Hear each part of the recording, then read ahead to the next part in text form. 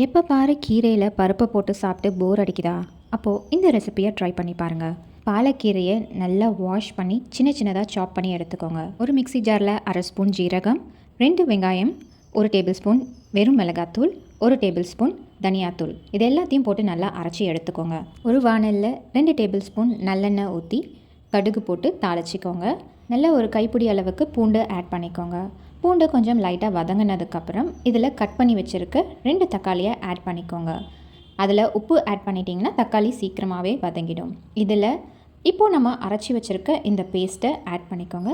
ஒரு கிளாஸ் தண்ணி மிக்ஸி கப்பில் ஆட் பண்ணி இது எல்லாத்தையும் இதில் ட்ரான்ஸ்ஃபர் பண்ணிக்கோங்க. உங்களுக்கு தேவையான அளவு உப்பை ஆட் பண்ணிவிட்டு இது கூடவே 1 டேபிள் ஸ்பூன் சர்க்கரையும் ஆட் பண்ணிக்கோங்க. மிளகாய் தூளோட வெடிப்பு வாசனை போகிற வரைக்கும் கொதிக்க வச்சுட்டு இந்த கட் பண்ணி வச்சுருக்க பாலக்கீரையை இதில் ஆட் பண்ணி மிக்ஸ் பண்ணி விட்டுக்கோங்க.